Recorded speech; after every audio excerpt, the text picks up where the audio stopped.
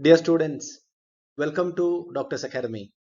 Through this video, let us familiarize the last head of income, that is the other sources. Section 56 to 59 of the Income Tax Act 1961 is dealing with other sources of income.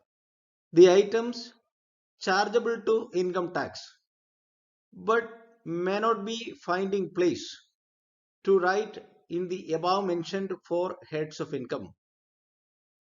Probably dividends, income from winning from lotteries, crossword puzzles, races including horse races, card games, and other games of any sort, or from gambling or betting of any form or nature whatsoever. Any sum received by the assessee from his employees as contribution to any provident fund or any superannuation fund or any fund set up under Employees State Insurance Act 1948 or any other fund for the welfare of such employees, provided that it is not chargeable under the head profits and gains of business or profession. Any income by way of interest on securities. If the income is not chargeable to income tax under the head profits and gains of business or profession.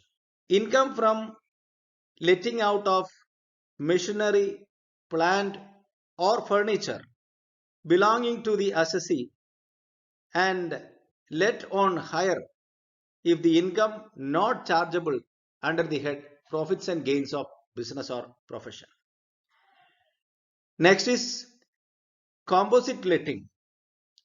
If it is composite letting, that the plant, machinery, furniture, etc.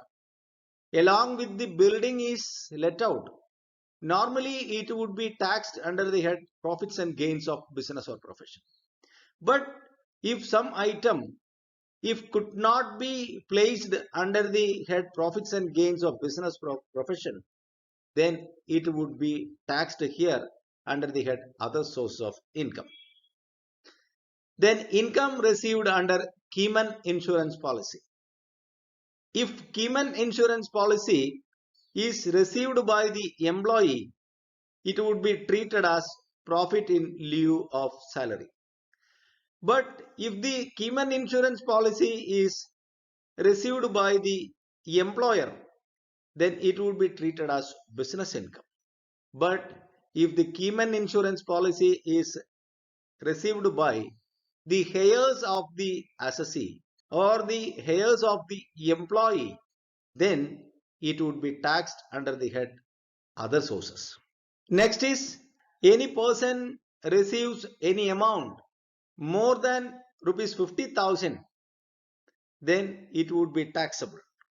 Any sum of money without consideration, the aggregate value of which exceed rupees 50,000, the whole of the aggregate value of such sum shall be taxable under the head other sources of income. Similarly, any immovable property without consideration or inadequate consideration which exceeds more than 50,000 rupees shall be taxable from the hands of the recipient. The stamp value of such property as exceeds such consideration, if the amount of such excess is more than the higher of the following amount, that is rupees 15,000, and the amount equal to 5% of the consideration shall be taxable. Any property other than immovable property without consideration, the aggregate fair market value which exceeds rupees 15,000, the whole value of the aggregate fair market value of such property shall be taxable. For a consideration which is less than the aggregate fair market value of the property by an amount exceeding rupees 50,000, the aggregate fair market value of such property as exceeds such consideration shall be included with the income under the head other sources. The above said case of receipt for more than 50,000 rupees is not applicable for the following cases. Case 1 is any receipt from a relative under a will by way of inheritance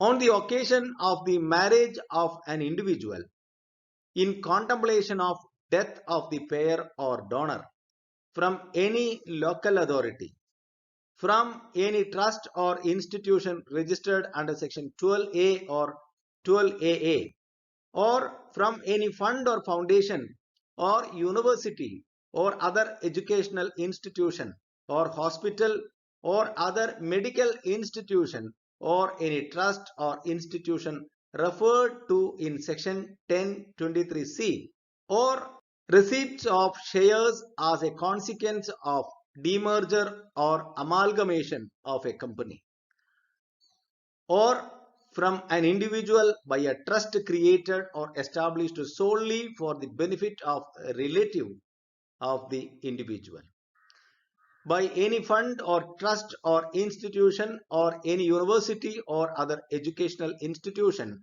or hospital or other medical institution referred in section 1023C, or from such a class of persons and subject to such conditions as may be prescribed.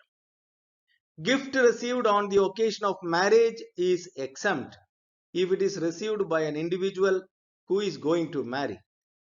Here the point is, if the amount of gift received by the assessee on the occasion of his daughter's marriage is not exempted, exchange of gift among unknown person will be treated as unexplained cash credit under section 68, and tax on it will be charged at the rate mentioned in section 115 BBE.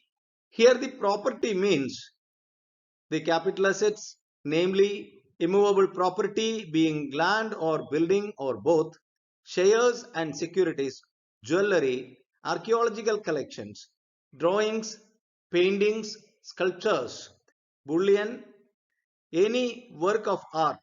The meaning of relative is spouse of the individual, brother or sister of the individual, brother or sister of the spouse of the individual, brother or sister of either of the parents of the individual, any lineal ascendant or descendant of the spouse of the individual, spouse of the person mentioned above. So these are the categories of persons coming under the broad title of relative. The next point is interest received on compensation or on enhanced compensation shall be deemed to be the income of the previous year in which it is received. The next point is angel tax. Angel tax in India, which is introduced in the Finance Act 2012, it is aimed at curbing money laundering through the purchase of shares at a high premium. Angel tax is levied on investments made by external investors in startups or companies. Angel tax of about 30% plus applicable cess is levied on the amount that exceeds the fair market value of shares issued by unlisted companies, which is treated as income from other sources. The entire investment is not taxed under the angel tax system in India. Only the amount that is considered above the fair valuation of the startups classified as income from other sources. What is this angel investment and who are the angel investors? Angel investors are called informal investors or angel funders, private investors, seed investors, or business angels. They are affluent individuals who inject capital for startups in exchange for ownership equity or convertible debt. These investors invest their money in an entrepreneurial company, unlike institutional venture capitalists who invest other people's money. Unlike venture capitalists and bankers, many angel investors are not motivated solely by profit. They may be motivated as such by the enjoyment of helping young business succeed as by the money they stand to gain. The 11th point is any sum of money received as an advance in the course of negotiations for transfer of a capital asset, and if such negotiations fails, the amount so forfeited is treated as income from other sources. Any compensation or other payment due to or received by any person in connection with the termination of his employment or the modifications of the terms and conditions relating thereto shall be chargeable to income tax under the head income from other sources. So far we have gone through broadly 12 items, but along with these 12 items there are few more items to be chargeable under the head income from other sources.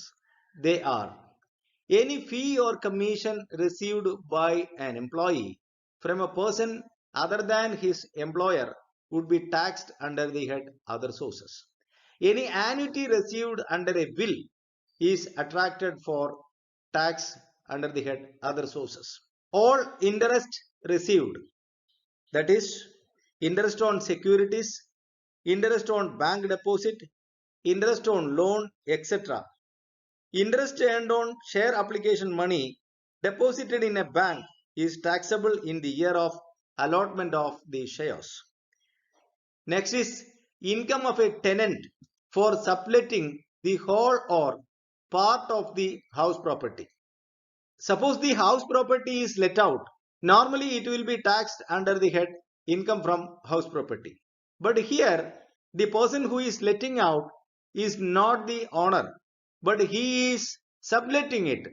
The income received out of sublet taxable under the head other sources.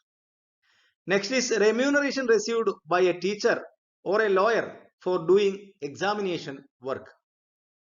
Income from royalty, director's fee, rent of land not appurtenant to any building, agricultural income from land situated outside India, income from markets, ferries and fisheries, etc. Remunerations received for writing articles in journals, income from undisclosed sources, for example cash credits which are unexplained, unexplained investments, unexplained money, unexplained expenditure, amount borrowed or repaid on hundi otherwise than through an account paid check drawn on a bank, etc. are example for income from undisclosed sources. Next is interest received by an employee on his own contribution to unrecognized provident fund. Next is casual income.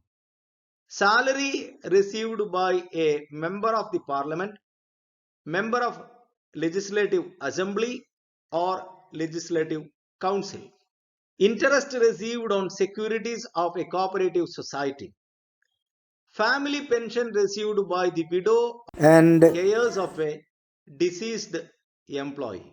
However, the following family pensions are exempted.